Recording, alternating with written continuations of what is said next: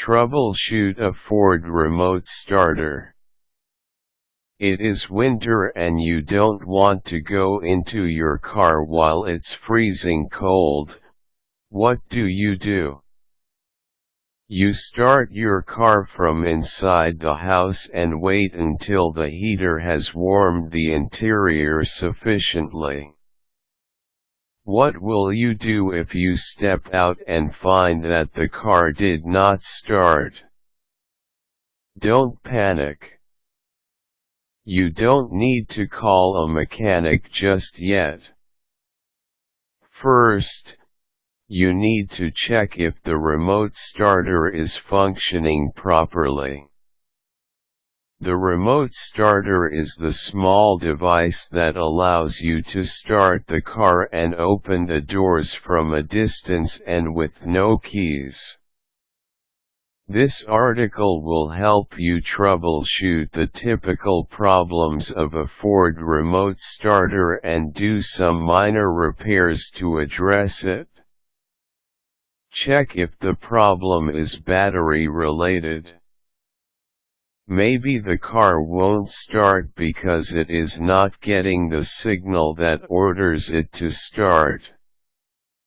Try to recall when was the last time you changed the batteries in your remote starter. It will also help if you observe the range of the remote starter. If you notice that it has decreased significantly before malfunctioning, it could be time to replace the batteries. Using an appropriately sized flathead screwdriver, pry the halves of the fob apart. Using a plastic tweezers, take out the old battery and clean the battery compartment with a brush. Slot in the replacement battery. Make sure that you consult the remote starter's manual to get the correct type of replacement battery. Put back anything that you had to remove and squeeze the two halves of the fobs until it snaps together. Check the antenna wire.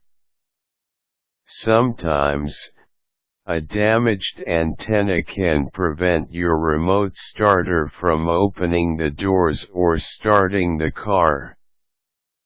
Go over the entire length of the wire and ensure that there are no breaks, kinks, or cuts.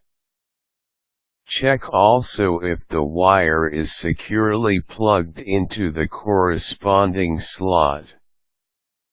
If you see any damages on the wiring, consult a mechanic about having it replaced. If your car starts but then emits 4 beeps then shuts down, the problem could be with the tach setting.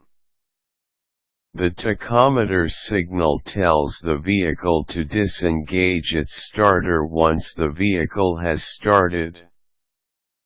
If there is a malfunction in the system, you may not be able to start your car using the remote. To reprogram its signal, just go to the driver's seat and shut the door. Make sure that you buckle up so that you don't hear the seatbelt chime. Insert the key in the ignition switch and twist it to the on position then to the off position. Do this 8 times in quick successions. Check if the doors unlocked and locked accordingly. Press any of the buttons found on your remote starter and check if the lock engages and disengages again. Switch off the ignition. Check if the remote starter is functioning properly again after 20 seconds. Check the other wirings for any breaks and loose connections. If you are able to start your car and then hear 2 horn beeps before it shuts down, the problem could be in the wiring. 2 beeps means that the hood is not closed properly or the brake is being held down. Check the wires for the hood switch and the brake for any damages. You should also check the wire for key sense. If you have already checked all the wirings, reprogrammed the tach settings, and replaced the batteries in your remote starter and you are still encountering problems, it is time to bring the car to a Ford service center.